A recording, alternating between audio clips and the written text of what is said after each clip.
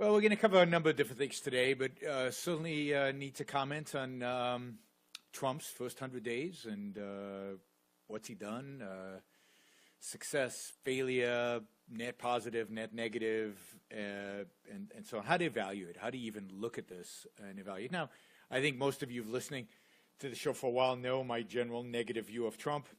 I don't think that has changed, but we'll talk about that. I also want to talk about the Pope. The Pope gave an important, I guess, statement at the Pontiff's Academy of Social Sciences. Who knew there was such a thing that's going on this weekend? And make an important statement about morality, about economics, and about libertarians. He commented about libertarians, and part of what's interesting is the only news outlet to report on this was Breitbart. So that's kind of interesting. Maybe that'll connect our discussion of Trump to our discussion of the Pope through Breitbart. And then I also want to talk about kind of the Catholic Libertarians' response, at least one response that I read on Reason Magazine, to what the Pope said, and I found it particularly interesting and indicative of kind of some of the concerns many of us objectivists have with libertarians. But before we get to all that, and we can talk about other things, French elections, that was interesting. French elections are interesting. I'll comment a little bit about that if we have time. Take your calls. Of course, you can call in with any kind of questions or comments or suggestions, or just yell at me. 347-324-3075. We don't have many people who call in and yell at me. That's a little surprising. 347-324-3075. You can call in, and everything seems to be rolling. Sound seems to be good, I think. Facebook Live is on, so some of you are watching this Facebook Live. You can find it on Facebook Live. So, all right, here we go. I want to talk about the Pope a little later. I want to start out, actually, by saying something about last week's show.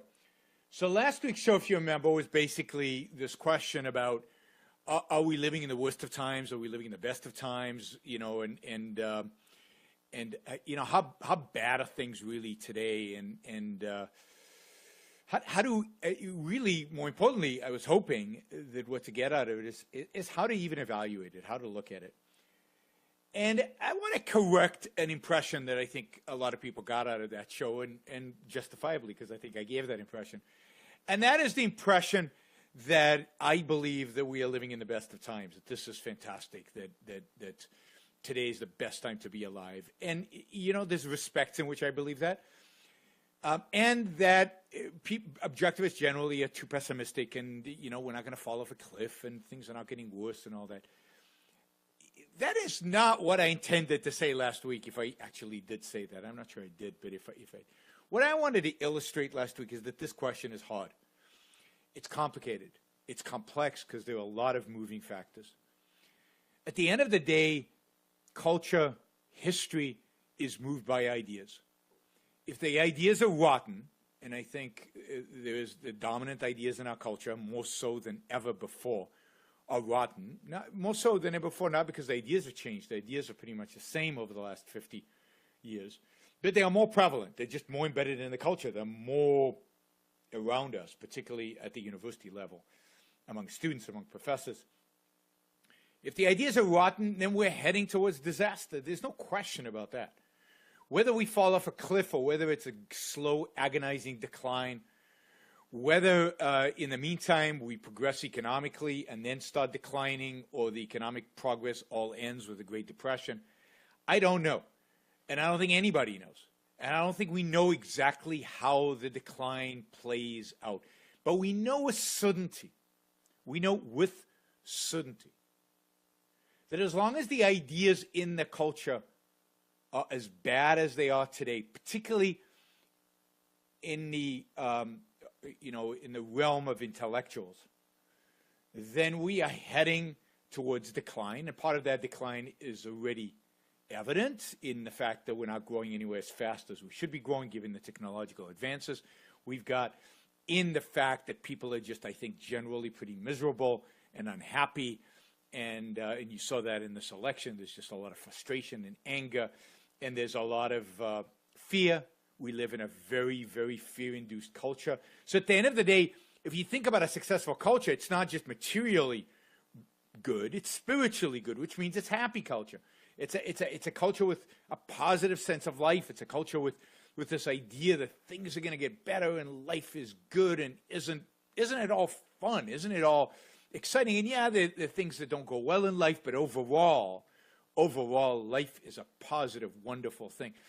And that's part of what's disappeared. And living in a world where people around you don't have that positive sense of life is not as much fun. So generally, spiritually, I think life today is less good for most of us. Again, I think if you're gay or if you're a woman, that might be different. But for most, for white males, I guess,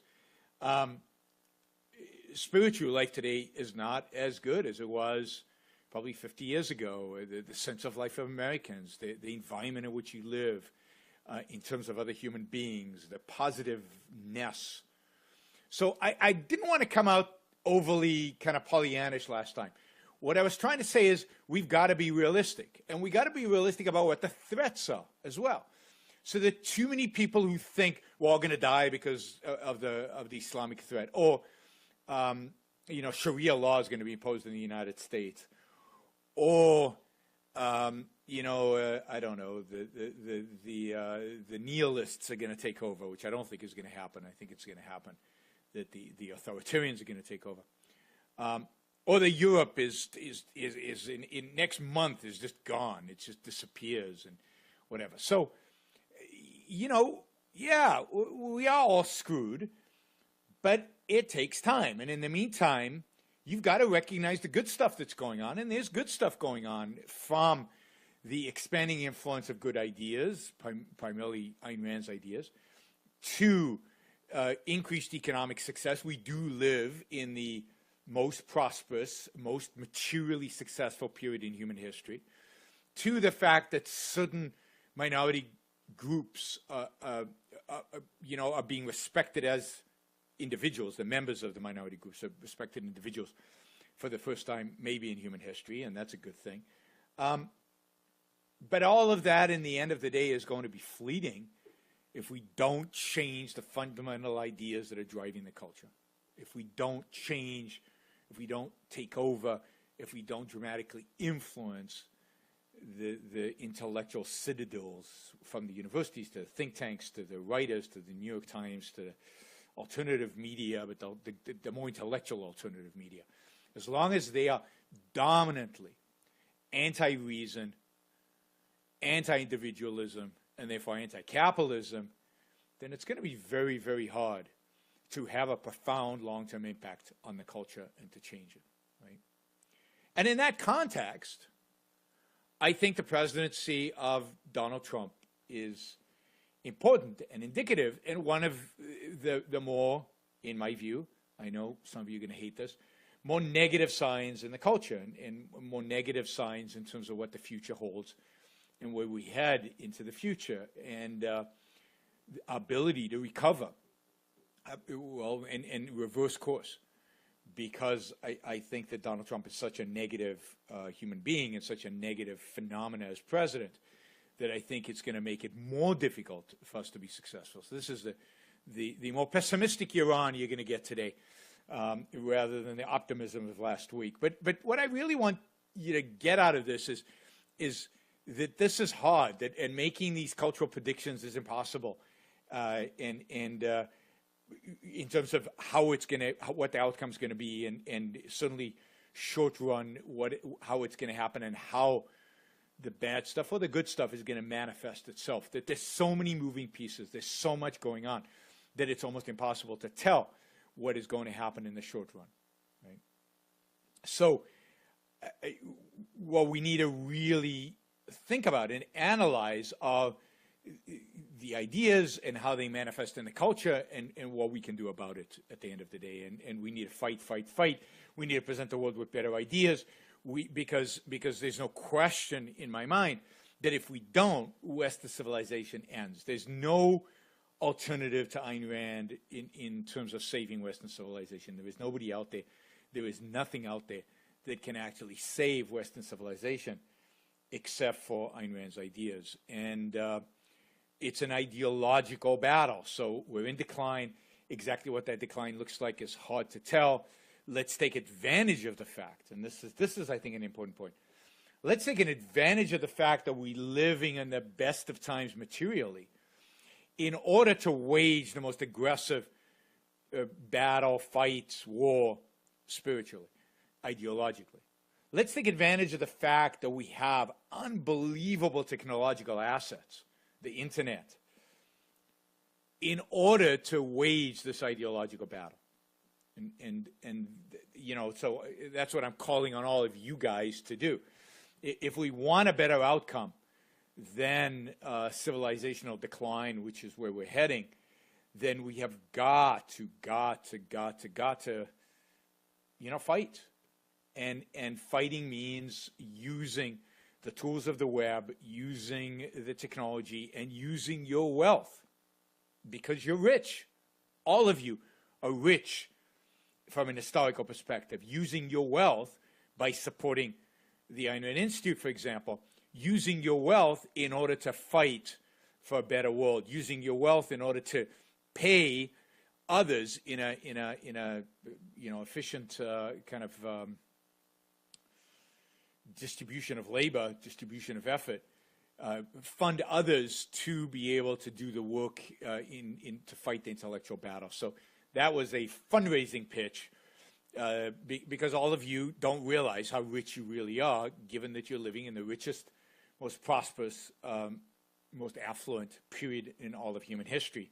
Even if you've got relatively little, you're still relatively rich. So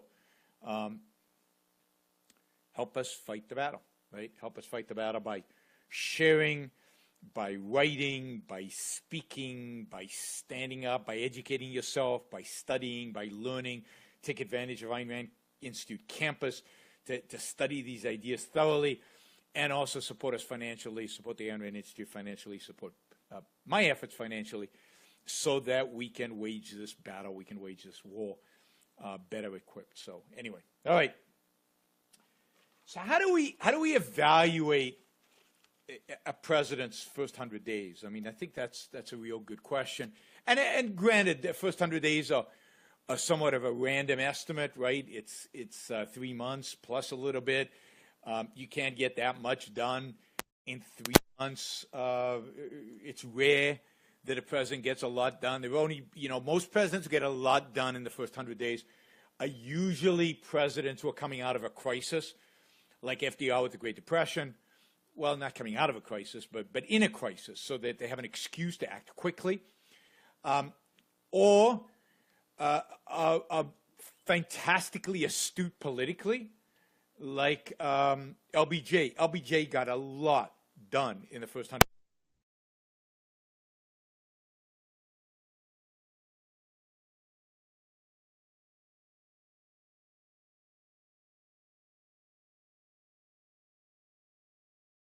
After his election, he was leveraging off of a good economy, but also off of the death of a beloved president, unjustifiably beloved, but beloved. FK, right? John F. Kennedy. So very few presidents actually get a lot done, but what presidents do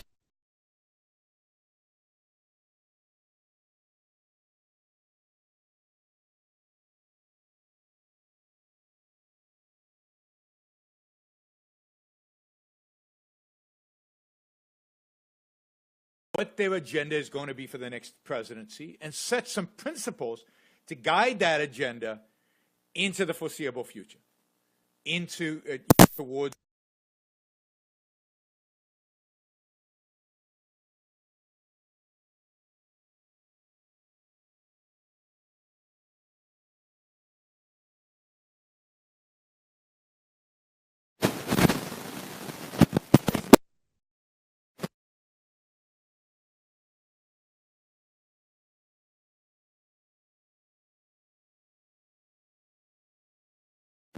and now it looks like it's, so give you some principles for what I'm going to do in the next 100 days, or to give people, in the case of presidents who don't really have principles, to give people a sense of what the rest of the presidency is going to look like. What am I going to fight for in the first 100 days? And I did a show that you can find on the podcasting app, and you find it Blog Talk Radio a few months ago, about what I believe, my first 100 days would look like, what I would do in the first 100 days. And it was a series of principles that would guide, right, whether I could get them passed in the first 100 days, probably not, but I would propose, I would go into the first 100 days with specific proposals on how to achieve certain things based on very specific principles. So, for example, one of the principles was that I would go into, if I were president, now there's a fantasy for you all, I would go into, one of the first things I would do is go into the first 100 days with the idea of reducing the scope of government. Reduce the scope of government. Not just the size of government, but much more importantly, the scope of government. So try to shrink government. And I would propose, for example, a massive bill called End Cronyism, the bill to end cronyism, which would involve, ending all subsidies to business. It would involve reducing regulations dramatically. It would involve simplifying the corporate tax rate, and I will get to Donald Trump's tax proposal later on. Eliminating corporate taxes, or at least simplifying it so that there are no exclusions, no deductions, no ways to game the system, in a sense of no reason for companies to lobby because they're not getting.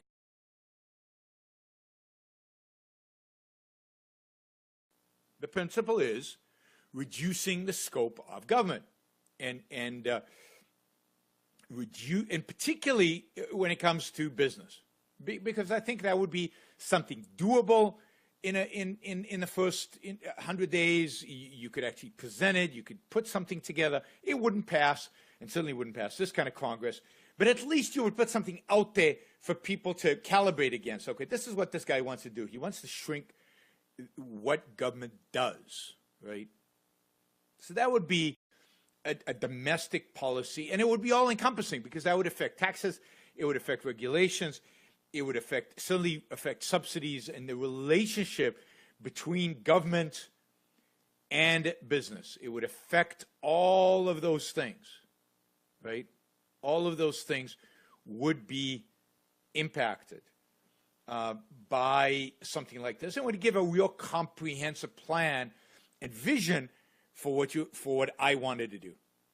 Okay?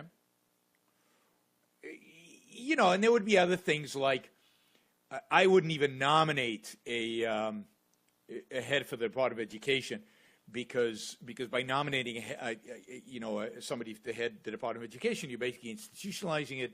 I would basically put a bill in front of Congress very quickly to eliminate the Department of Education. So I would list the departments I want to eliminate, and I would put them in front of Congress and and start the process of eliminating them, and have temporary heads, bureaucrats heading the agencies in the meantime, and then start the unwinding process through legislation, because you have to go through legislation in order to do that. But in order to show how unimportant these agencies were to me, I wouldn't even appoint anybody of substance to head them up. So if you want to eliminate the Department of Energy, you don't appoint somebody famous and well-known and of substance to the head, particularly somebody with political ambitions, to head it up, right? You basically let somebody temporarily run it, and you indicate clearly that this is going to go away over time. So, principle, I want to reduce the scope of the federal government dramatically, right? And primarily in the realm of business. As I've said before, I think the whole issue of entitlements and of welfare is something that I would do second. I would first eliminate what's called, right, corporate welfare, the whole idea of subsidies, the whole idea of special favors, the whole idea of that, while at the same time eliminating regulations. So I would free up the business world first. and I would spur massive economic growth first. And then I would shift attention to eliminating the welfare state. And here I would again have an expansive view of welfare. That is not just welfare qua food stamps, but welfare as Social Security and Medicare and Medicaid and the whole thing. Now, in the context in which we live today, right, you would have to, as part of your early agenda, to have a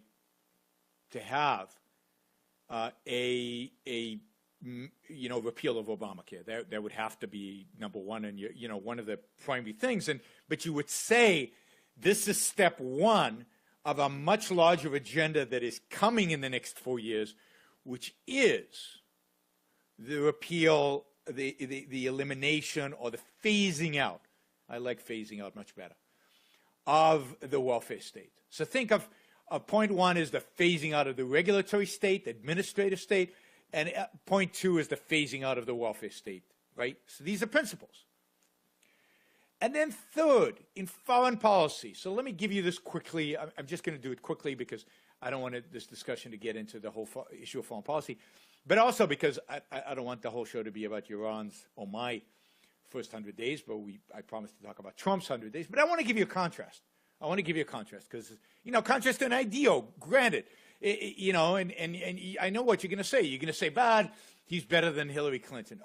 Okay, I just want to make the case that he's not as good as Iran is, as my presidency would be. But I want to show you principles, though, right? So I would declare unequivocally an America first foreign policy, right? As kind of Trump has hinted at, right? I would declare an America first foreign policy. That is, that the only guide to our foreign policy from this day on would be the interests, the individual rights of Americans, the interests of America, and the only interest of America is the preservation, America as a political entity, is the preservation of the individual rights of Americans. We would not tolerate a threat, any kind of threat, and certainly no violence towards the lives or property of individual Americans. That's it. Then I would declare that I was withdrawing over the next 2 to 4 years, the withdrawal of America from the United Nations, from NATO, and from places like South Korea. The unwinding of those treaties, the unwindings of those agreements, you have to give people plenty of time in order to do that. And I would take it seriously, right? Seriously do that. I would also start bringing back troops from about 145 of the 150 countries we have troops in. I just noticed that we're in the deserts of Kenya fighting some tribal war on some tribal side, not even Islamic terrorism, just some tribal thing in Kenya. So, because there is Islamic terrorism in Kenya, which maybe you could understand fighting, but this isn't even that. Start bringing those troops home in a systematic way. I would also let the Iranians know that I was withdrawing from the treaty or the whatever it was that we signed with them, and that they were on notice that we were going to evaluate our military options for destroying their capabilities for developing nuclear weapons, and that any act of aggression by them or by any one of their proxies against Americans anywhere in the world would be deemed an act of war, which would involve massive, unequivocal retaliation. I would also let the Iranian opposition know that they would get unequivocal 100% support from the United States for overthrow the theocracy in their country, and if they wanted money, weapons, moral support, anything they wanted, they would get from us if they did the dirty work of overthrowing their own regime. I'd also put the Saudis on notice and the rest of the stuff. And, of course, I would completely unshackle our military forces to destroy ISIS, Al-Qaeda, and the rest of Islamic totalitarian organizations out there in the world, and embolden our allies to do the same. That would be the first 100 days. A lot of it would be statements. A lot of it would be, proposed legislation. I don't know if withdrawal from NATO and stuff probably would require legislation as well. But proposed legislation. And granted, in this Congress, none of that would pass. None of it would pass. And, I know that. But you would set a conceptual framework for what you meant by freedom, for what you meant by liberty, for what your presidency was fighting about. All right. So let's see, what has Donald Trump done over the last 100 years in the context of setting some principles, setting some guidelines, in order for us to understand what his presidency is going to look like in the future. So what has he actually done? I made a list of all the stuff in different areas that he's done, and and I don't want this to be a list. Healthcare. He appointed Price to head HHS. That's a good thing because Price is generally a free market guy. But then Obamacare was a complete disaster trying to repeal it, and it still is, and they're still playing around with it. On immigration, he had a travel ban, 2 versions. The courts repealed them. He still talks about a wall. So they're arresting more people. So hundreds more people are being arrested, maybe thousands more people. And not just criminals, all kinds of people who are in violation of our immigration laws, and they're being deported. As a consequence of that, no question, fewer people are crossing the border, and fewer people are traveling from the Middle East into the United States. So that's kind of immigration. On economic policy, he's talked about an infrastructure plan, but we haven't got one. He's talked about a tax plan. We got one now. It's kind of good. It's not a bad tax plan. We'll talk about that.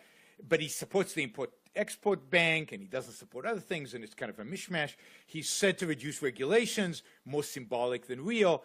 A lot of that is going to happen through the appointments he's made. Some of them are good, and so regulations are probably going to decline under Trump administration. But he hasn't really stated anything dramatic about regulation. 2-for-1, the 2-for-1 is like a gimmicky thing, but it's kind of indicated an interest in reducing regulation. But generally, you haven't seen any kind of big policy proposals in economic policy other than taxes. Trade, he hasn't been as bad in a sense of he hasn't withdrawn yet from NAFTA or gone after the Chinese as much as expect. Actually, he's kind of friendly towards the Chinese these days.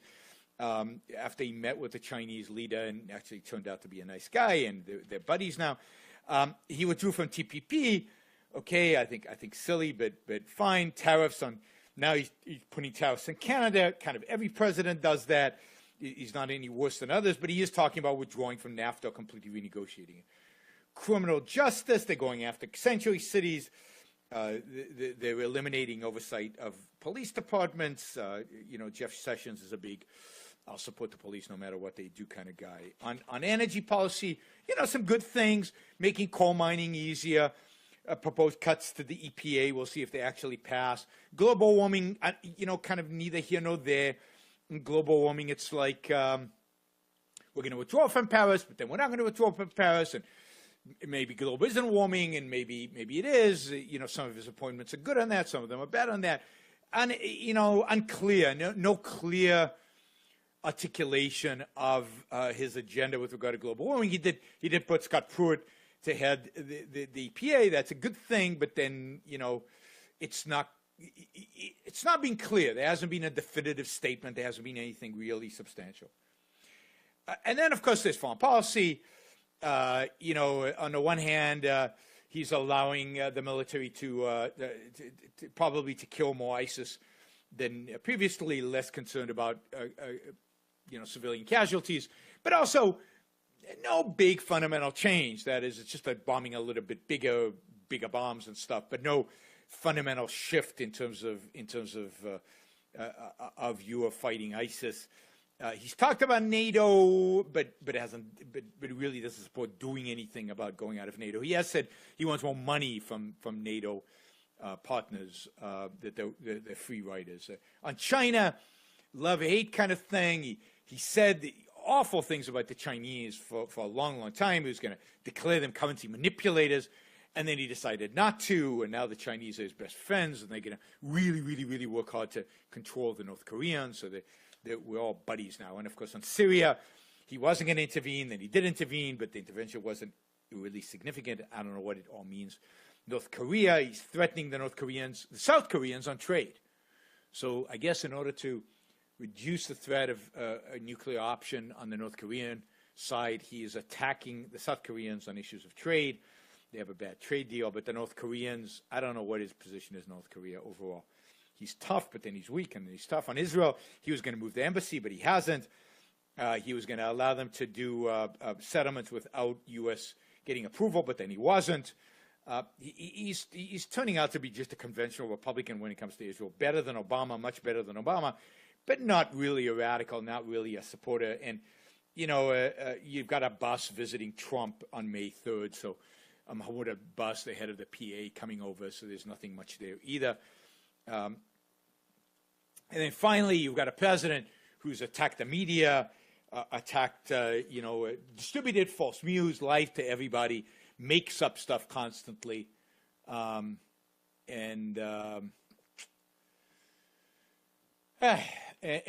doing stuff like that. So, what do we make of that? It's a complete mishmash, in my view, complete mishmash, and that's exactly what Trump is. Trump is a complete pragmatist. He has no principles. So what is the principle of this presidency so far? Well, that there is no principles. That there is no principles. That, one of the big promises Trump made, was that he was going to drain the swamp. And what do we mean by draining the swamp?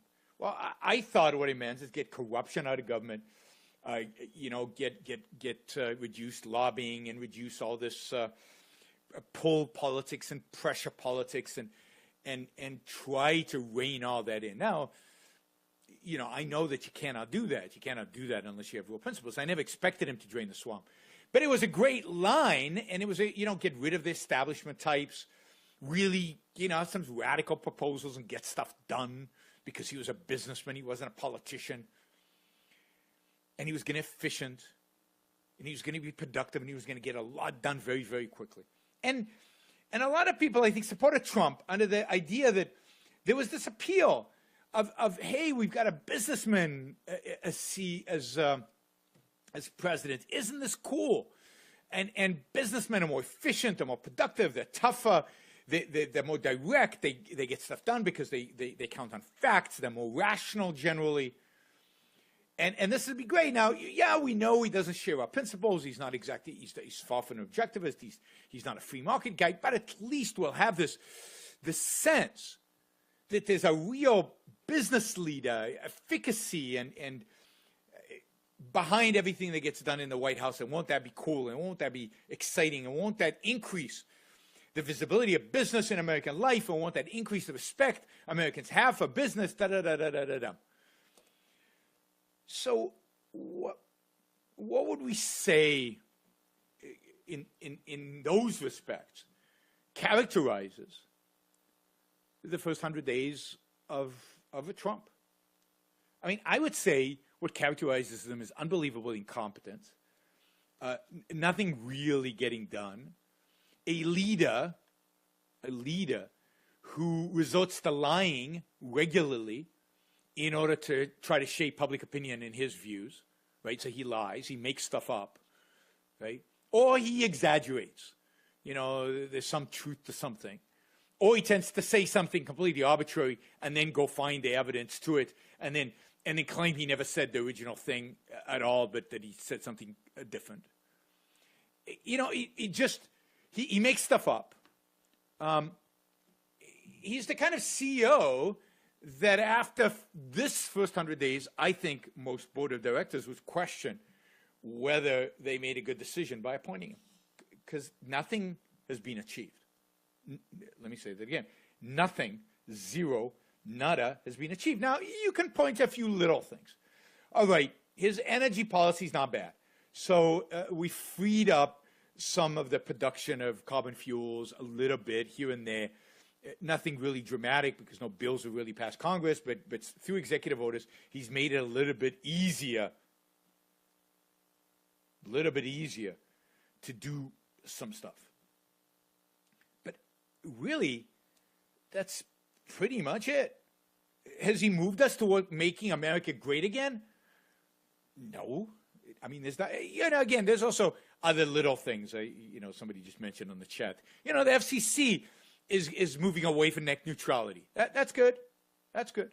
So there are going to be appointments that he made. And I don't think even he made, right?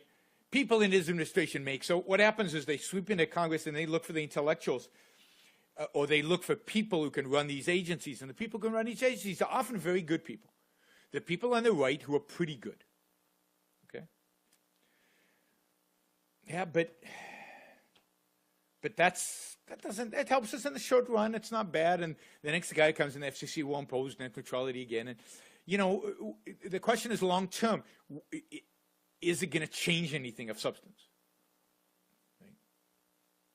And I can't think of a single thing that the president has done that's good in that sense. But more importantly, because Trump represents anti-conceptual, he can't talk in really kind of coherent, complete sentences. Not when he's doing an extemporaneous. He's not a thinker. He's not a communicator other than of emotion. Right? Even the 2-for-1 where he wants to reduce regulation. It sounds good. It's such a silly way to go about doing it. It's such a silly way, unprincipled, unguided way of doing it. Yeah, let's get rid of 2 regulations from the 1880s and adopt one regulation that changes everybody's lives. I mean, it doesn't make any sense. It's not a numbers game. It's not about the number of regulations, although that can have relevance. It's about the scope of the regulations, about what they actually do, the harm, the damage, what it is that they're regulating, how they're regulating. And there's no principle. 2-for-1 is not a principle. It's just silliness. So what Trump has been doing for the last 100 years, is living up to everything we believed a Trump presidency would be like. It's a bunch of, short-term little bursts of energy focused in different directions. He's not drained the swamp. He brought the swamp right into his administration with a number of his appointments. There's no radical shift in government in order to reduce its scope or to do anything as far as I can tell. There's complete inconsistency. America first, there's no America first here. I mean, what was the Syria bombing 59 cruise missiles into a runway and destroying a few Syrian planes have anything to do with American first? What American interest was served? What interest period of anybody's was served by doing that? Nothing. A lot of talking, not a lot of action, any front in terms of foreign policy. I mean, he's not getting tough with NATO. He's not getting tough with the Koreans, not the North or the South. Again, there's a lot of talk, but no substance. Nothing substantive or interesting. In foreign policy, he's done nothing. What has Trump done? I mean, I'm eager for somebody to actually say, yeah, they dropped the biggest bomb in history, other than nuclear bomb, on this cave complex in Afghanistan that ISIS inhabits. Good for them. The only question is, why wasn't it done sooner? And why was the only one bomb dropped? Why didn't they drop like 5 of them and finish the whole thing, instead of dropping a bomb and then special forces still having to go in there? Just flatten that mountain, turn that mountain into rubble, however many bombs it takes, so that these guys, are all dead. And anyway, I don't want to get into how to fight wars and the whole disaster that is Afghanistan now and the whole disaster that is in the Middle East now. All a consequence of George W. Bush's weakness, reinforced by Obama. We thought this was going to be change. There's no change. Foreign policy is exactly the same as it was under George W. Bush, a little bit marginally better, maybe, than under Obama. No principles, nothing guiding it, going in all kinds of directions. And then, of course, the constant threats about trade. but without the balls to actually do anything about it, right? Get out of NAFTA if you believe that. But the constant intimidation and threats and name calling. Now it's the Canadians. The Canadians are bad guys somehow. Because of why? Because some pressure group got to Trump and said, hey, we are suffering because the Canadians have cheaper imports or have raised tariffs or some combination of the above on lumber. We need your help. Oh, I like you guys. You guys are kind of fun. Okay, I'll help you guys. I'm not going to help those other guys because I don't like them that much. But me, Trump, I like these guys. I like the milk guys, the milk guy, Wisconsin milk. That has to be a winner plus Wisconsin.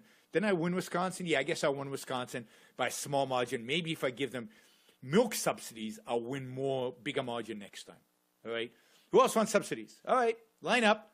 Which state? That one's too blue state. It's too blue. No point in giving those guys subsidies. Wait, no principle, nothing. A complete loser.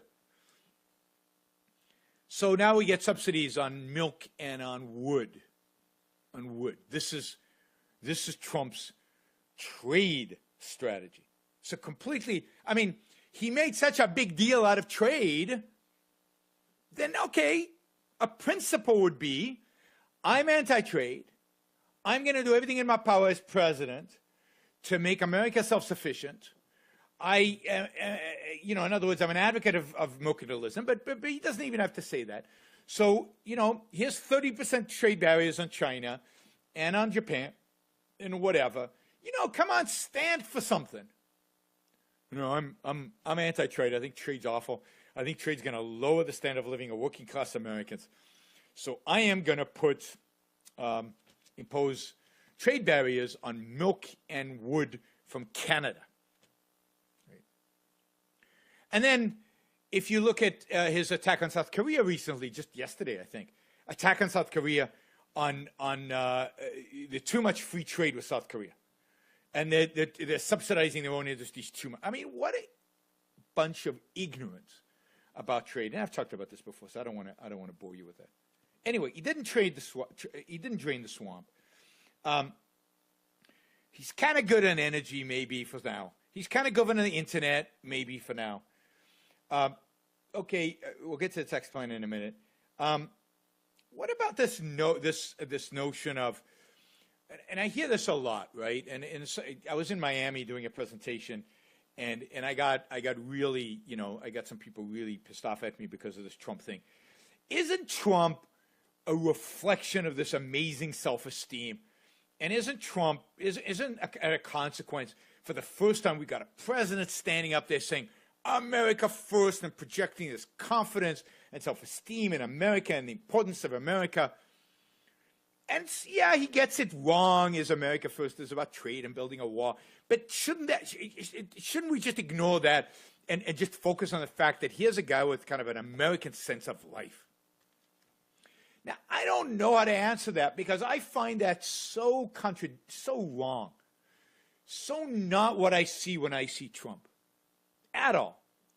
I see, well, I won't actually say what I see, but an entertainer who's going to say what he thinks will get him your love and your votes. What does he mean by America first? How does he hold that? He doesn't know what America is. To him, it's just a geographic space. And what does it mean to place it first? Well, he tells us, when he actually sees the images of children dying in Syria, then suddenly it's appropriate for us to intervene and not put America first because the children dying and altruism beats America. Altruism is more important to him than America because it was America first until he saw the images, and then it wasn't. So what does that even mean when he says America first? It means nothing. And when people look at that, and let's say they buy into this pseudo self-esteem, because it really is pseudo, because somebody with that thin a skin does not have self-esteem. Getting angry at journalists, getting angry at the media, getting angry at his opponents, calling people ugly, offending people, lashing out on people, tweeting at 3 a.m. about supermodels. That is not self-esteem. That is pseudo self-esteem.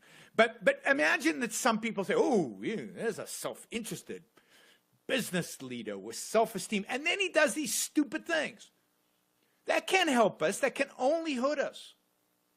And is he running government like a businessman would run government? Well, I don't know what that is, because I think businessman and politician are two very separate categories.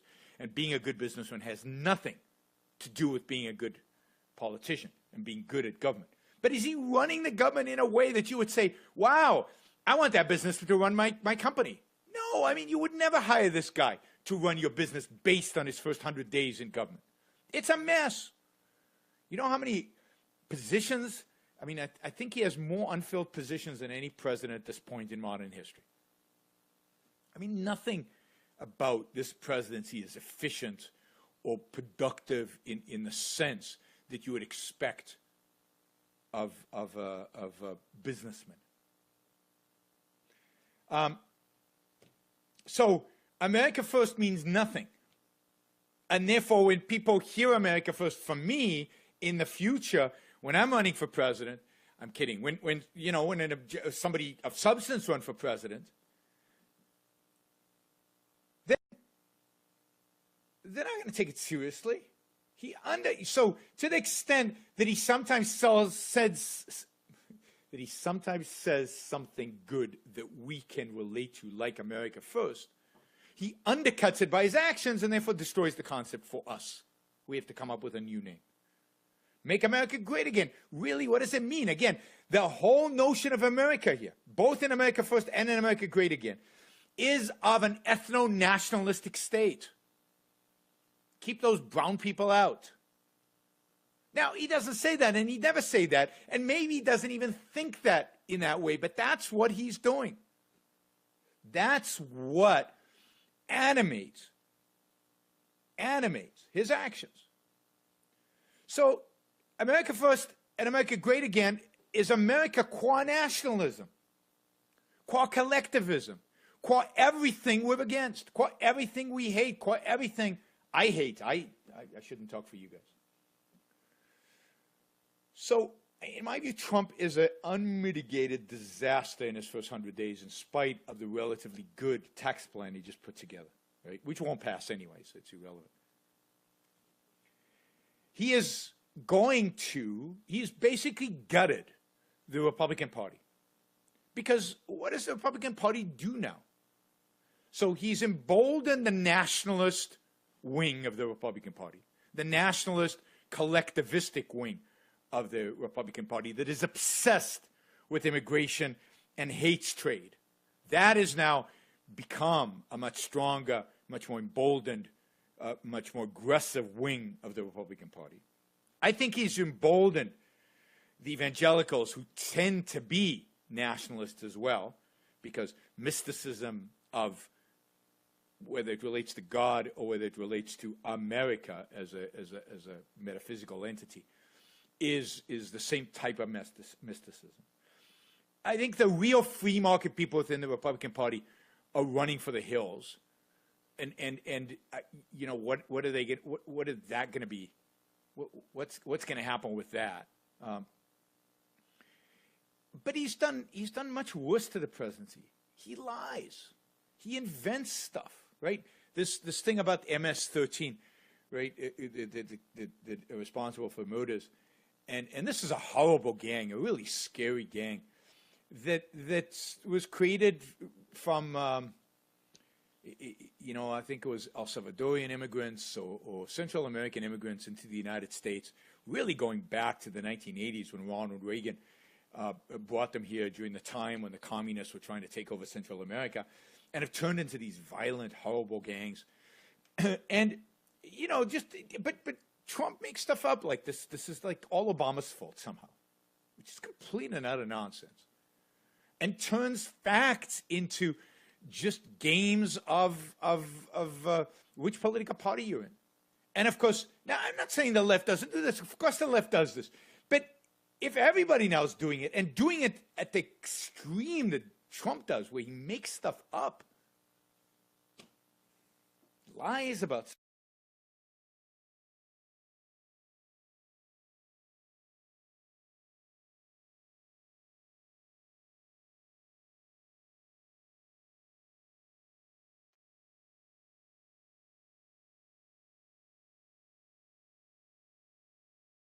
think the future is bleak politically because the Republicans disarray completely, a complete disarray after 4 years of Trump, maybe even after 8 years of Trump, but certainly even after 4 years of Trump, which means that the left is going to be stronger, more emboldened, more nihilistic, and it's going to be able to portray the right as these crazy nationalists. And of course, the fact that Trump is an unprincipled, pragmatist, anti-conceptual, really concrete bound mentality. I really have my opinion of Trump was low before he was elected. It's just getting lower every single day if that's possible, right? Now, I know some of you think he's a savior. So if that's what the Republicans elect, what's the future of the Republican Party? Where does it go? And isn't this just going to embolden the worst elements on the so-called right, the most collectivistic elements on the so-called right, who maybe actually stand for principles, but principles that we would be horrified, in Leonard Peikoff's terms, won't this embolden the M2s to say, look, we tried the business and pragmatic approach, here's some principles, and won't it embolden the nutty, crazy, completely nihilistic left? I see nothing positive coming from a Trump presidency. Really, nothing positive. He's not going to drain the swamp. He showed us that. He's brought the swamp right in. He's embraced the swamp. He's part of the swamp. His foreign policy shows no indication of being any better than any of his predecessors. It's going to be as altruistic, as unprincipled, as shoot from the hip, maybe at the margins a little tougher. His economic policies, he has no leadership capabilities, and we saw that with Obamacare. I mean, he should have come out swinging after the election around Obamacare, forced his Republican colleagues to adopt something that really repealed Obamacare, pounded at them. I mean, he won the presidency. He has, particularly in the first 100 days, huge political capital. Put that political capital, go to Congress, go to the Senate, slap those senators and congressmen around, get a deal done. Find a couple of Democrats from red states where they hate Obamacare and get them to support it. Fight for something you believe in. But he doesn't believe in anything, so he can't fight. I mean, I understand the politics of Obamacare. It's hard. There are these moderates in the Republican Party, and then there's the Senate where you need 60 votes. But show some energy around changing that. Right? We're talking about...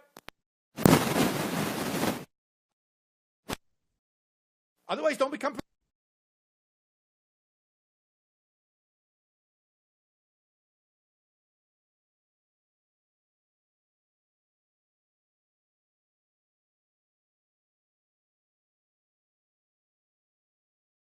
Which is not a bad tax plan, right?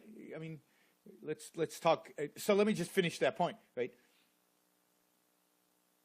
So, to me, the failure of Obamacare, the repeal of Obamacare, is emblematic of everything wrong with Trump.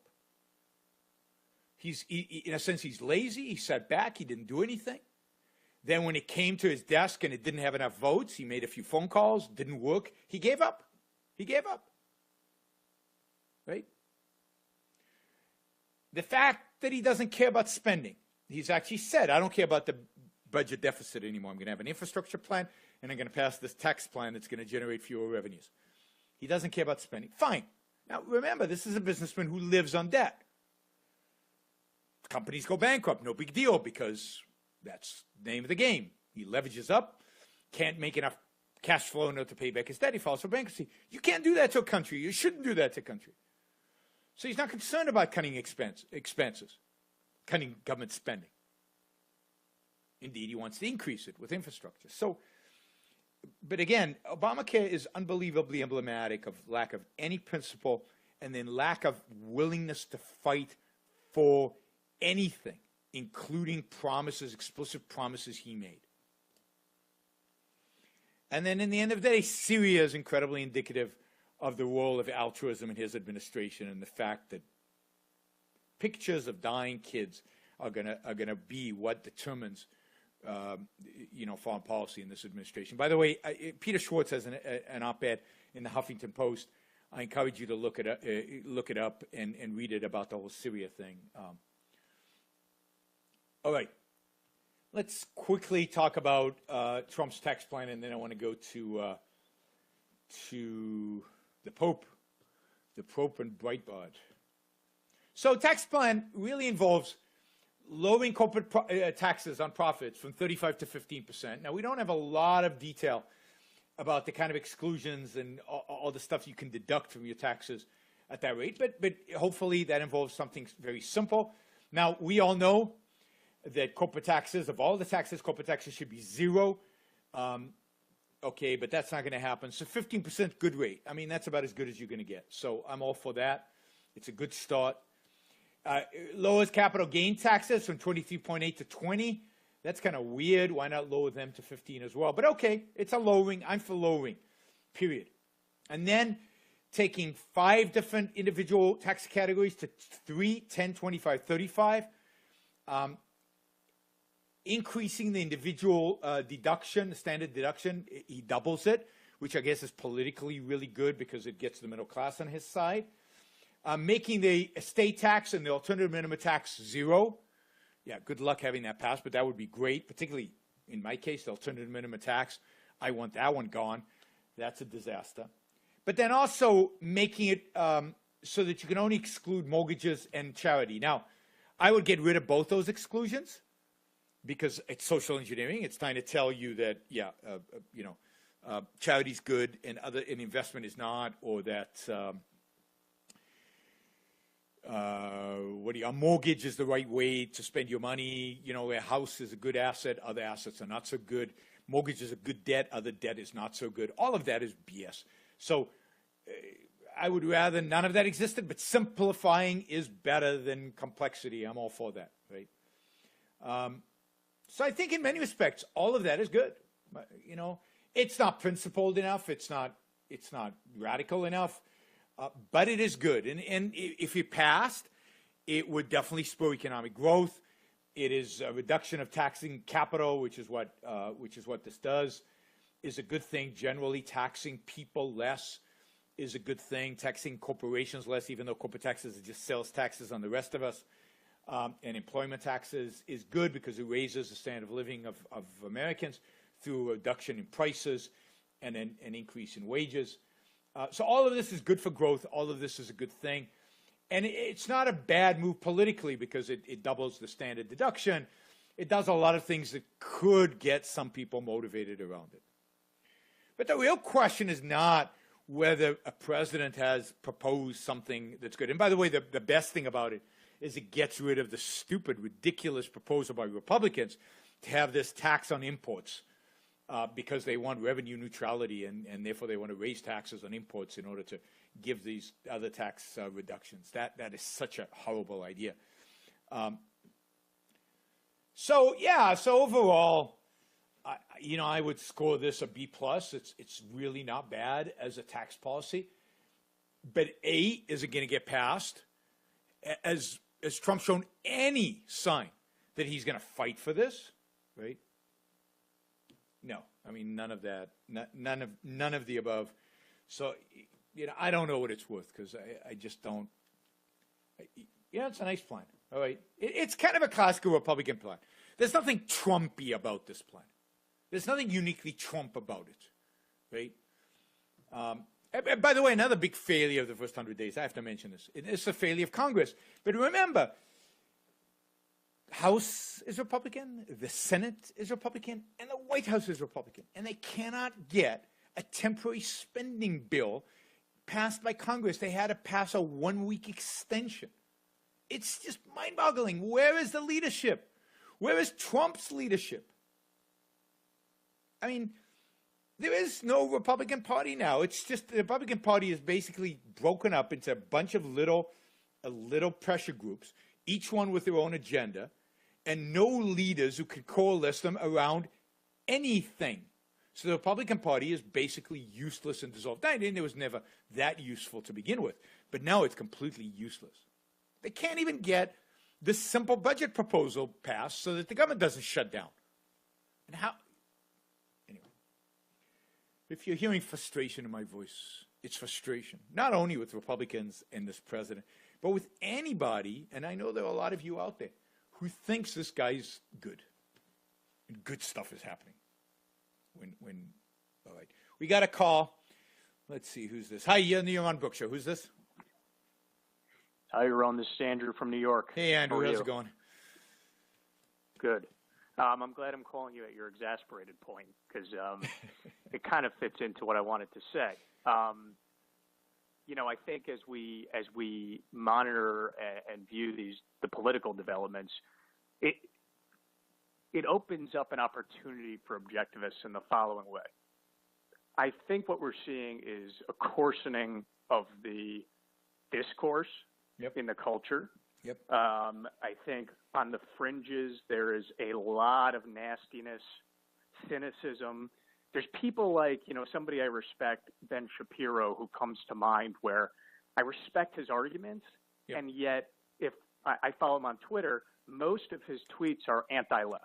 Yes. They're just kind of they're conveying disgust for the left. So you have this very, very toxic communication and discourse going on between people.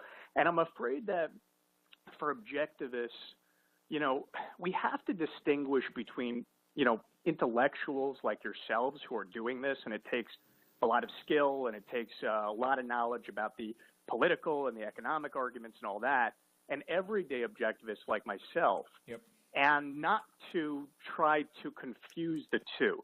I was thinking, if I, talk to a coworker of mine about minimum wage, if I started launching into, a rational argument about minimum wage, it would do nothing. But what would do more to actually further rationality in the culture is if I am embodying a person, if I really am the egoist that I claim that I am, yes, and I am benevolent, I am conveying benevolence to people, which I try to do. If I'm enjoying my work, if I'm passionate, if I have interests outside of politics and economics, which really are more like painful these days to concentrate on than enjoyable, if that's my life, these kind of negative things, and that's what I'm conveying to other people, we are not selling objectivism then. I agree with you completely. I agree completely. The best way to promote objectivism is to live it positively, live it successfully. And when you do get into discussion with your coworkers, don't start with minimum wage, because they just perceptually view you then as nasty and as negative and so on. And this is, don't be a conservative in the sense of just criticizing the left. The thing to talk about is the positive. The idea of living for your own happiness. The idea of your life belongs to you and what that implies. The idea that there is such a thing as an objective morality out there. Even if you can't completely define and explain it in great detail, but just the idea that there is, that you live by an objective reality. And they can see it, and they can see its success. So I think morality is our strong point, not economics. Because economics, nobody cares about economics at the end of the day. What they care about is morality. And it's also, morality is about individual human life. You have a lousy morality, you'll have a lousy life. You have a good morality, you have a chance at a good life. So I think most of your discussions out there as individuals should be focused and centered around the moral case for happiness, around the moral case for living a good life. And the best argument you can make for that is by living it, is by living a great life. Yes, well, that's what I really want to highlight, is that a lot of the change that can be done from regular people is through just living it, and other people perceiving it. And then if they perceive that you are an integrated person who is happy and who is an egoist, somebody who is clearly, they're not happy because they're doing for other people, they're doing for themselves, and in doing for themselves, they feel benevolent towards other people. but one is the effect of the other. And if your neighbors and if your coworkers and if your family sees that you are doing that, they will first, many of them, I'm not going to say all of them, they will mimic you. They will inquire with you about what you're doing. They will do all, that's how you can serve as an example to make the culture more rational, to make it more virtuous. Absolutely. And I'm afraid that I'm taking the Leonard Peikoff course on rationalism right now on the Ayn Rand campus. Good. And I'm afraid that there is still, it was a monster problem for me, and I'm still working my way out of it, but I think I'm defeating it. Good. But I think that it's a bigger problem than even a lot of objectivists realize, that they are still floating in what the purpose of the philosophy is, which is not being didactic with other people. It's not even making philosophical arguments to other people. It is for your own life to feel happy, to pursue your own happiness, and to actually feel that happiness, to not just do it, say like, well, I can recite out of a sense the of duty morality. to the objectivism. No, absolutely. And I encourage everybody listening to go listen to this course. It's on campus.aynrand.org, and it's called Understanding Objectivism, and the section you're talking about is a section on rationalism, which I think is a problem for almost every objectivist, and it certainly is a problem for those of us who read Ayn Rand when we're young and get all excited and enthusiastic. And the ideas, because Ayn Rand is a philosopher, her ideas are deep. They relate to one's own individual life and how to live it. But at age 18, when you read the book, you don't have the tools to fully understand that, to grasp and to integrate it. So what you focus on is a few of the elements which you hold in a floating way, as you said, floating without real connection to reality. And then you go out as a crusader to convince the world. And that does you damage because it doesn't allow you to fully integrate those ideas and fully embrace the purpose of objectivism, which is to be the philosophy for life on this earth, to maximize your flourishing on this earth, to be happy, to experience happiness. And it also alienates other people because they see you as this crusading rationalist detached from reality who is angry all the time. And so many objectivists I know are angry. And I know I come across on the show sometimes as angry, but people know me, and they know that I'm not fundamentally that way. It's just the topics make me angry. But I'm not an angry person. So you're absolutely right in that the focus for those of us who want to change the world has to be in our own lives, on living them, on maximizing them. And then when we do present ideas to other people, the primary should be the positive. And if you want to do it in economics, even in economics, talk about how wonderful freedom is and how much prosperity it has brought mankind. Talk about Silicon Valley. Talk about the decline of poverty around the world because of freedom, rather than focusing on something relatively small, with big significance granted, like minimum wage, where you come across as angry, as anti-poor, and as technical economically, where they're not going to get it. They're not going to accept it from you until they get the bigger, more important concept. So I agree with you completely, Andrew. And I think it's a crucial point. And don't obsess about politics, because politics, at the end of the day, while they have an impact on your life, you have no control over politics. You have no impact on politics. So it's almost. I wonder if you'd agree with this, Yaron. I wonder if you'd agree that if I say to somebody, "What are you passionate about?" and the only thing they can tell me is philosophy, economics, politics. I'm a little wary, because I'm saying to myself, is this person actually pursuing interests in the world? What about art?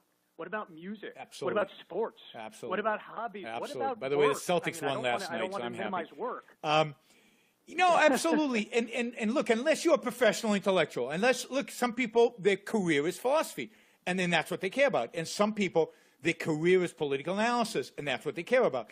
But as an just an objectivist, philosophy is a tool. Politics is something you need to be aware of because it impacts your life. And you need, for example, I would caution people not to be adamant supporters of Trump because it'll hurt you long run. But that doesn't mean you have to obsess either negatively or positively about him. Just be aware of the dangers. Don't support things that'll hurt you. And be aware of how you're projecting your own vision to other people, because you could do the cause damage by being overly supportive of Donald Trump, or overly supportive of any politician today. Ted Cruz, no matter, whoever it happens to be. You can't be overly supportive of any politician in the world we live in today. It makes you look really, really bad, because they're all bad. But you're right. What about music? What about movies? What about, do you have a sculpture in your home? Or if you can't afford one, do you go to museums when you travel? Do you try to experience life? What's your sex life like? What's your love life like? What is, all of that That's a huge one. What's that? Yeah, that's a huge one. one. I haven't talked much about, but maybe one of these days. Yeah, it's huge. Do you have friends? Why do you have friends? Who are these friends? Do you have friends because they're places for you to bitch and complain, or do you have friends because you really share values and you really enjoy being around them and you really have fun with them? All of these questions are crucial to being a human being and to integrating the philosophy. And by the way, one of the best ways, I think, to integrate the philosophy is to be around other people who want to integrate the philosophy too. So find good objectivist friends who are also on this quest to be happy. And enjoy movies with them and enjoy discussions with them. And yeah, talk about politics as well. But do it in the framework of everybody's trying to get a better grasp on these ideas, so that, not to convince the other person, so that they can live a better life for themselves. And those are incredible friendships if you can find them. Those are terrific ways. I mean, the last to thing learn it. that I kind of want and then I have to move on to the Pope. If I could, absolutely.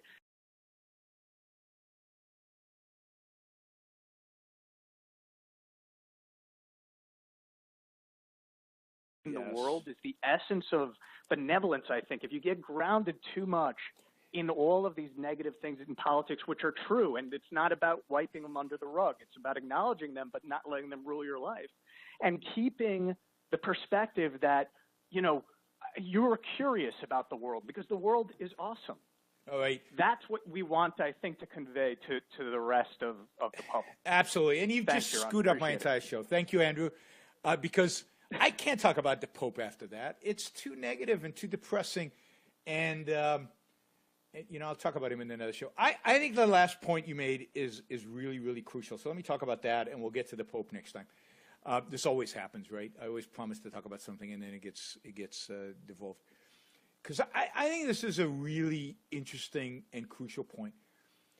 And I find it frustrating, not just among objectivists generally, but among objectivist intellectuals as well. I find that I have a difficulty figuring out which book to read, what area to investigate, what to do with my time, because there's so much that's interesting. Life out there is really, really fun. It's really interesting. There's so many topics I'd love to talk about, And it's always not an issue of, I don't have anything to talk about, although I complain about that as well sometimes. But it really is, there's so many interesting, cool things I could be doing. There's so many interesting, cool things I could be thinking about. There's so many interesting, cool things I could be talking about. How do I narrow it down? How do I figure out what I actually want to do? And that curiosity, that wanting to read another book, that wanting to, and wanting to understand the enemy. People who are bad people, who have bad ideas, let's say, not bad people, bad ideas, are still worth reading, because sometimes what they say is interesting. And to understand why they're wrong is interesting. Right? 99.999% of the population on the planet is wrong about the most important questions in life. Aren't you curious why? Don't you want to understand both psychologically and philosophically and every other aspect why? And that means it's, you gotta delve into it and find it interesting. So I will talk about the Pope. You've convinced me.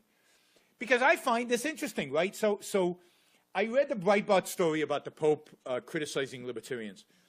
And then I found it really, really hard to actually find the Pope's discussion, because nobody actually reads the stuff. They want a news bite. But I find this Pope really interesting, because this Pope is very philosophical. And now he's very philosophical from a Catholic, altruistic, collectivistic, and Marxist perspective. He kind of integrates all those aspects into the Pope. So I find the Pope kind of interesting, because he's the enemy, but he's not. I don't find Trump interesting. I find Trump just frustrating. I have to talk about Trump. I have to think about Trump. I have to look at Trump. I just find it fast. The Pope is evil, right? But his evil is interesting, right? So he talks the language of intellectuals. So it's almost like reading some leftist thing. So first, the part about libertarianism is only in the kind of towards the end of the piece, and it's 2 paragraphs among many.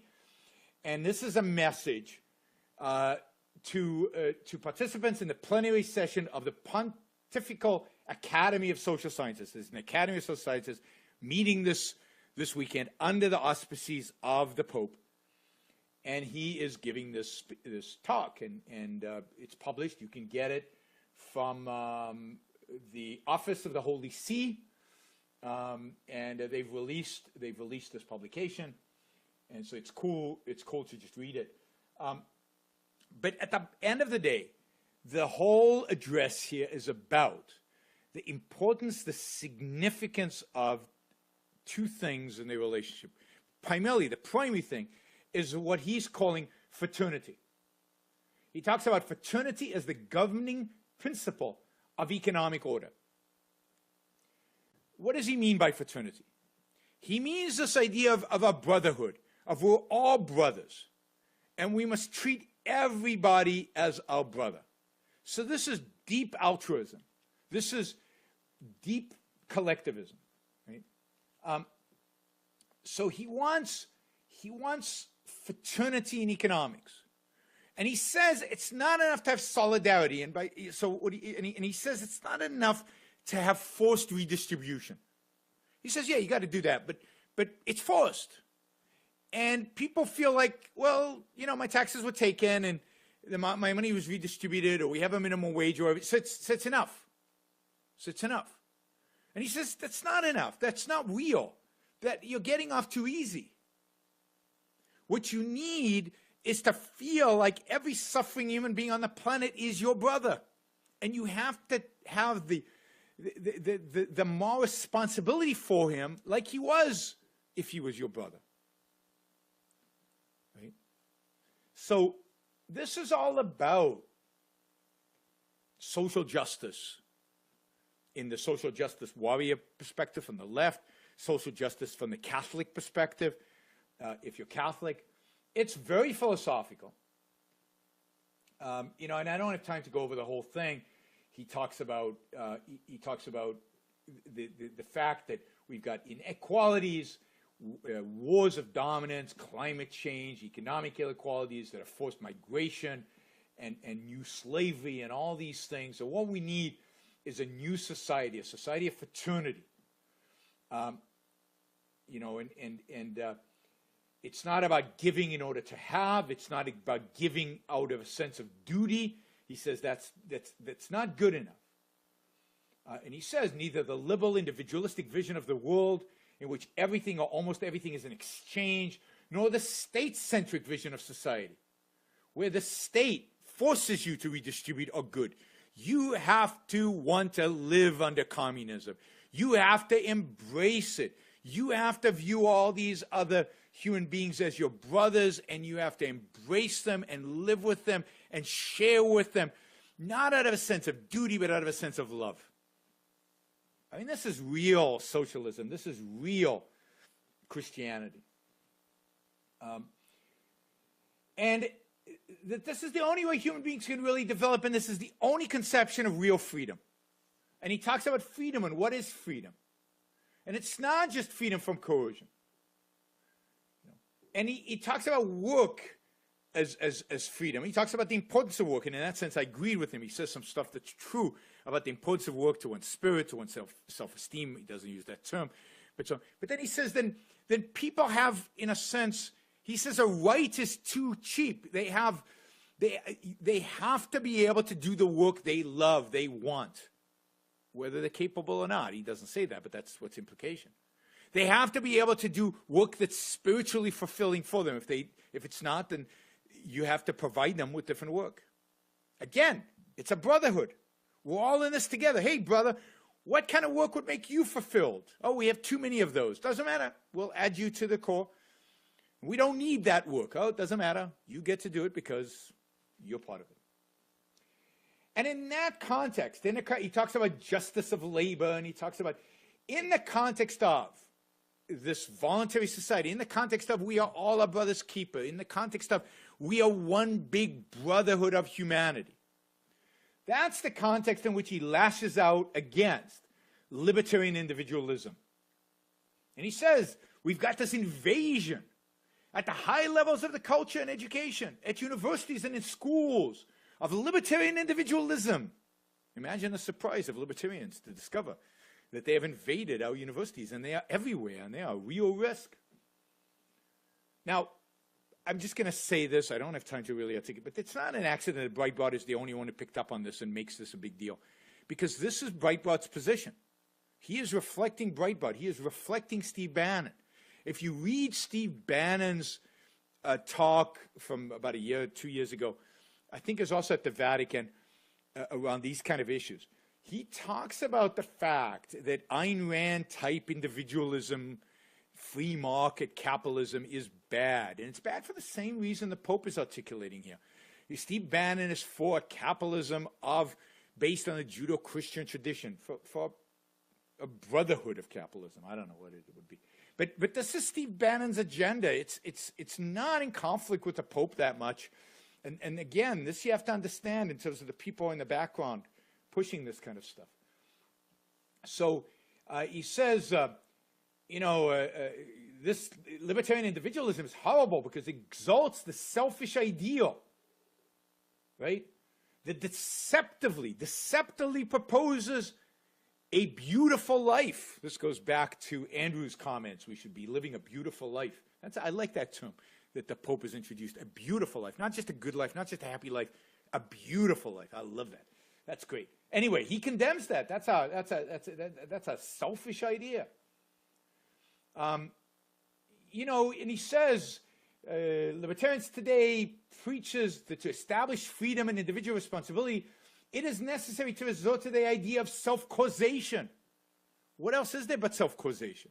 So he's rejecting kind of us as a cause, the individual as a cause, free will. Because this libertarian individualism, he says, denies the validity of the common good. Yes, it does. Because of in the one hand, it supposes that the very idea of common implies constrictions of at least some individuals. It's exactly Ayn Rand's point, right? That the only way to establish a common is to deny the minority, which is the individual. And the other, that the notion of good deprives freedom of its essence. Now, that's very libertarian, but not objectivist, right? So good, we uphold as an individualistic thing. Good is the good for the individual. But many libertarians who deny morality, who don't want to deal with morality, good indeed is, because they're complete subjectivists. Complete subjectivists. They view the good, i.e. morality, as indeed constraining their freedom. So that's actually pretty smart of the Pope. He's got something there in terms of his critique of broader libertarians, not objectivists, right? So he says, you don't have a right to expand your power, your wealth, whatever.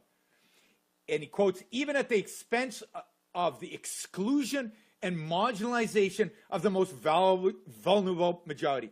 So, first of all, he assumes that the vulnerable are the majority when they're not.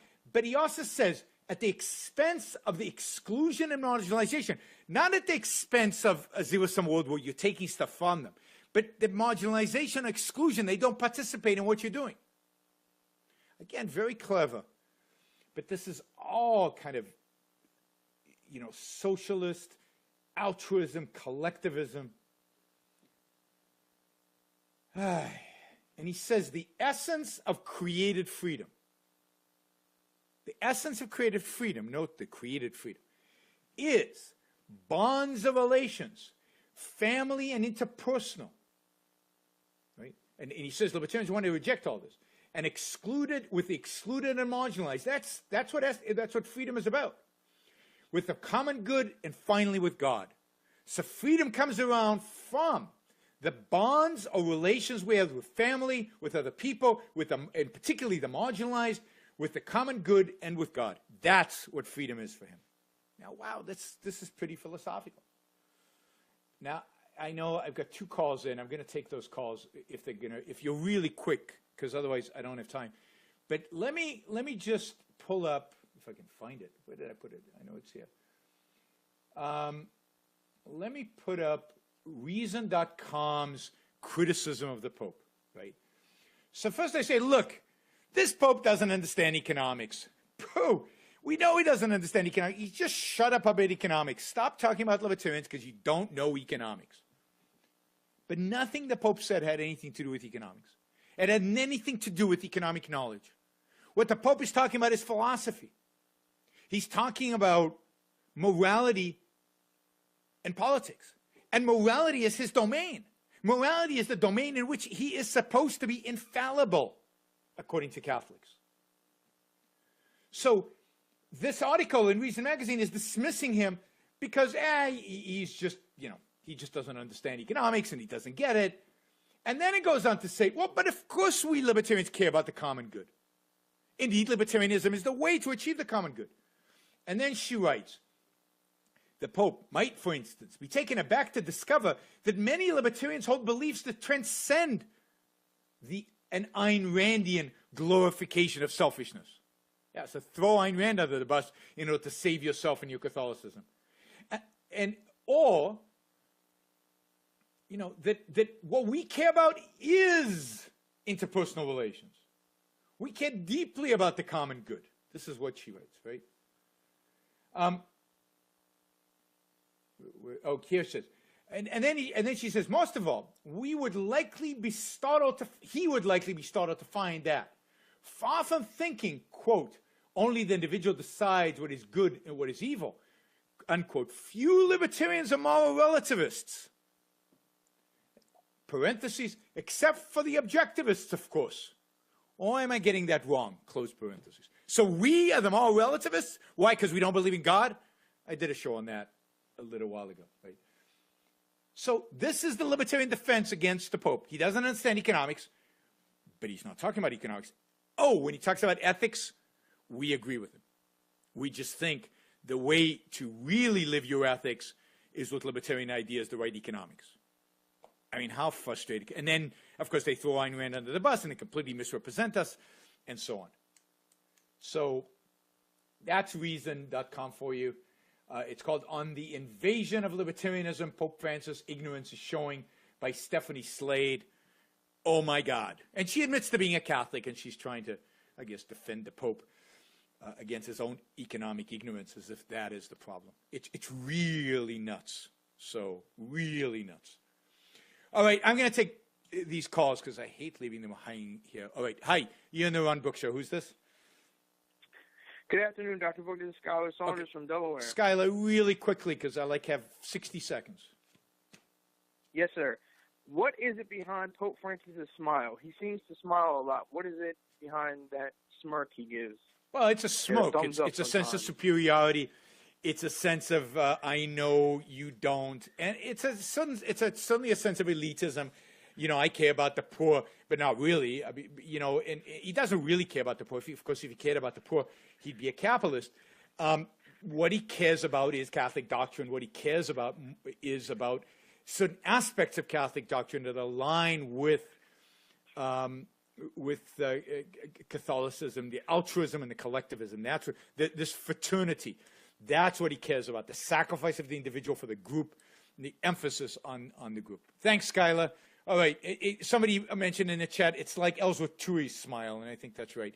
Hi, you're on the Ron Book Show. Who's this? Aloha, it's Stuart. Hey, Stuart.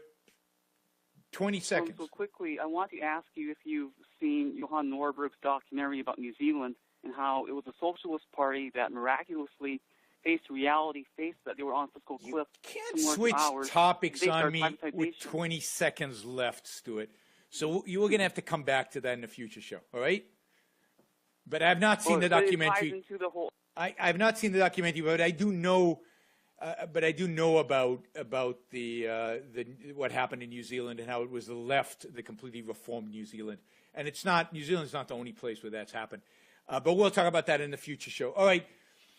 You've been listening to the Ron Book Show. Let me give you a TV show recommendation from Netflix. And let me just see. Let me give you and I can't remember if I've given you this recommendation or not. Yeah, there it is. Okay, so it's a show now. You're gonna have to read subtitles. So hopefully you're willing to tolerate subtitles. But it's a show called Merli, M-E-R-L-I, and it's in not Spanish, not French, not Italian, but Catalan, the language spoken in Barcelona. And it's about a philosophy teacher at this high school. Right now, every show's title is a name of a different philosopher. And it's actually quite, interesting. Now, he's a lefty, and it's got a lot of leftist BS in it. And his understanding of some of these philosophers is questionable. But it's fun, and it's interesting, and it's definitely worth watching. It's on Netflix, so if you got Netflix, it's free. It's got season 1 has 13 episodes. There's already a season 2, but Netflix isn't carrying it yet. It's called Merli. Every show is a different, and it's about teenagers. It's about high school kids and their teachers. So it's a little juvenile in that sense, and it deals with issues surrounding the teen years. But I find it very entertaining and interesting, and it's always kind of interesting, challenging to think about how is the particular philosopher that they chose for the particular show, how does that integrate throughout the show? How does their understanding of that philosopher integrate throughout the show? So if you're willing not to be too critical of some of the distortions of the philosophies, and if you're willing to accept the fact that once in a while they'll be quite lefty, and you're willing to read subtitles, I encourage you to watch the show. All right. Thanks, everybody. Enjoy the rest of your weekend. I've got one more show left today. It'll be streaming on Facebook Live and on iHeartRadio, and that'll be my last ever Ron Book Show on AM 560. That show is ending. It has been eliminated. So tune into the last show, and I'll explain more. All right. Have a great weekend.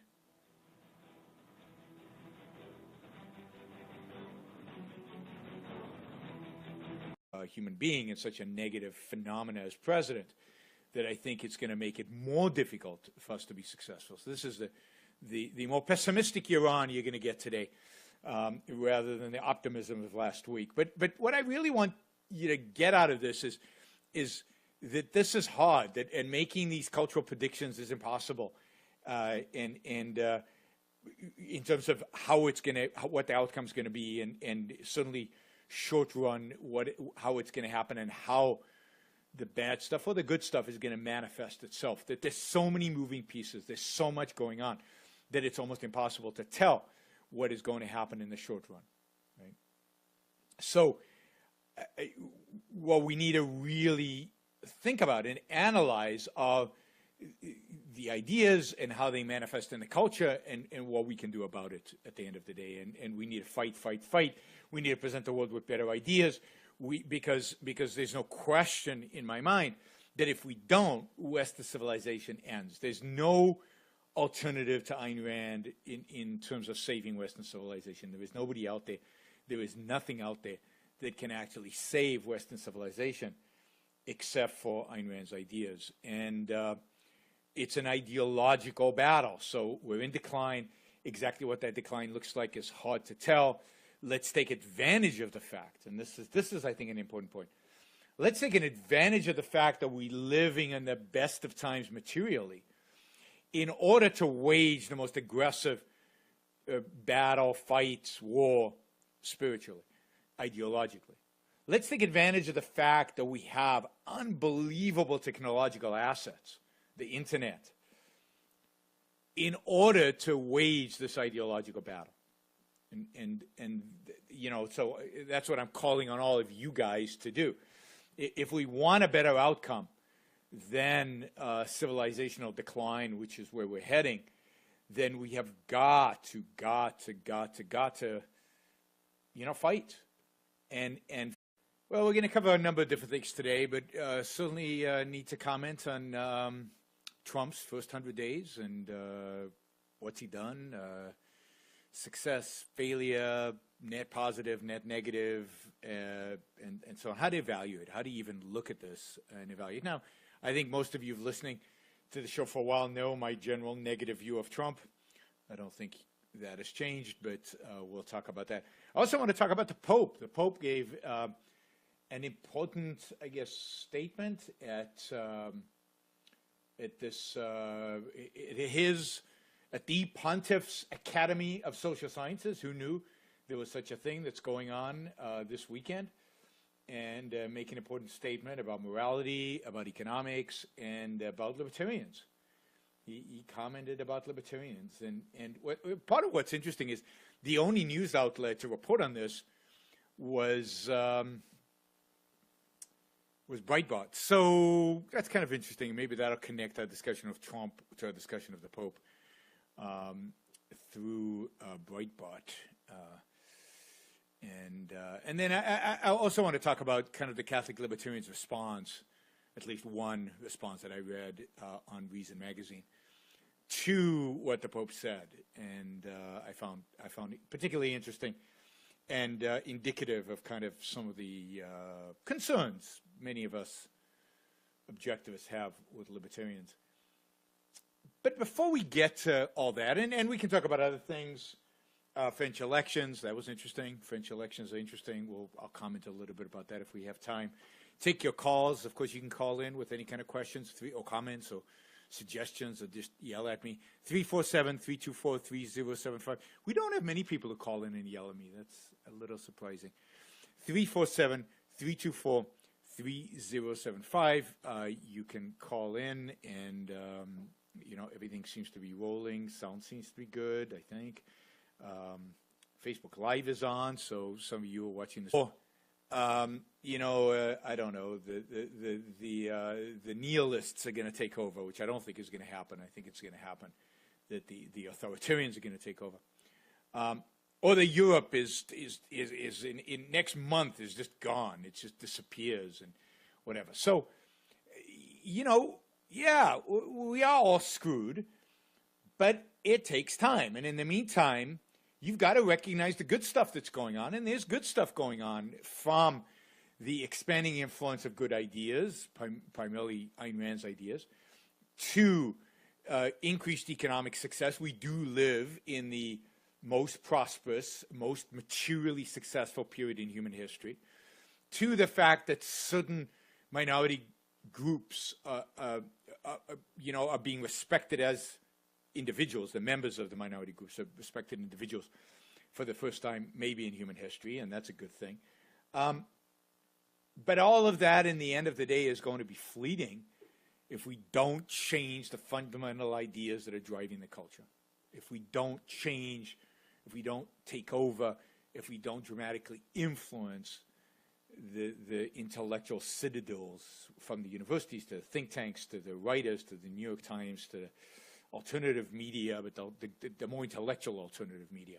As long as they are dominantly anti-reason, anti-individualism, and therefore anti-capitalism, then it's going to be very, very hard to have a profound long-term impact on the culture and to change it, right? And in that context, I think the presidency of Donald Trump is important and indicative, and one of the more, in my view, I know some of you are going to hate this, more negative signs in the culture, and more negative signs in terms of what the future holds and where we head into the future, and ability to recover, and reverse course because I think that Donald Trump is such a negative. Facebook Live, you can find it on Facebook Live. So, all right, here we go. I want to talk about the Pope a little later. I want to start out actually by saying something about last week's show. So last week's show, if you remember, was basically this question about are we living in the worst of times? Are we living in the best of times? How bad are things really today? How do really, more importantly, I was hoping that what to get out of it is how to even evaluate it, how to look at it. And I want to correct an impression that I think a lot of people got out of that show, and justifiably, because I think I gave that impression. And that is the impression that I believe that we are living in the best of times, that this is fantastic, that today is the best time to be alive. And, there's respects in which I believe that. And that objectivists generally are too pessimistic and, we're not going to fall off a cliff and things are not getting worse and all that. That is not what I intended to say last week, if I actually did say that. I'm not sure I did, but if I what I wanted to illustrate last week is that this question is hard. It's complicated. It's complex because there are a lot of moving factors. At the end of the day, culture, history is moved by ideas.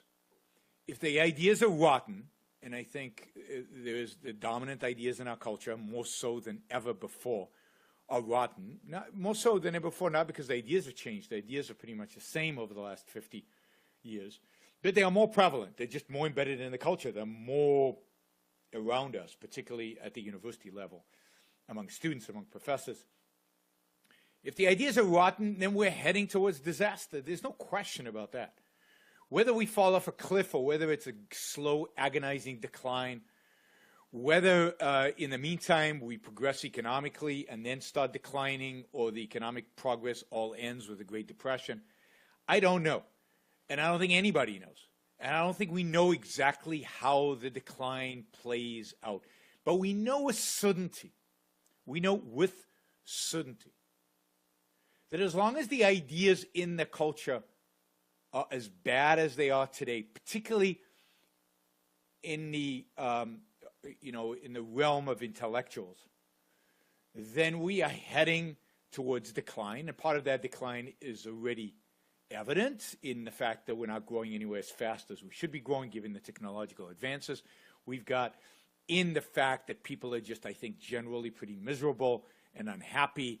And you saw that in this election. There's just a lot of frustration and anger, and there's a lot of fear. We live in a very, very fear-induced culture. So at the end of the day, if you think about a successful culture, it's not just materially good, it's spiritually good, which means it's happy culture. It's a culture with a positive sense of life. It's a culture with this idea that things are going to get better and life is good, and isn't it all fun? Isn't it all exciting? And yeah, there are things that don't go well in life, but overall, life is a positive, wonderful thing.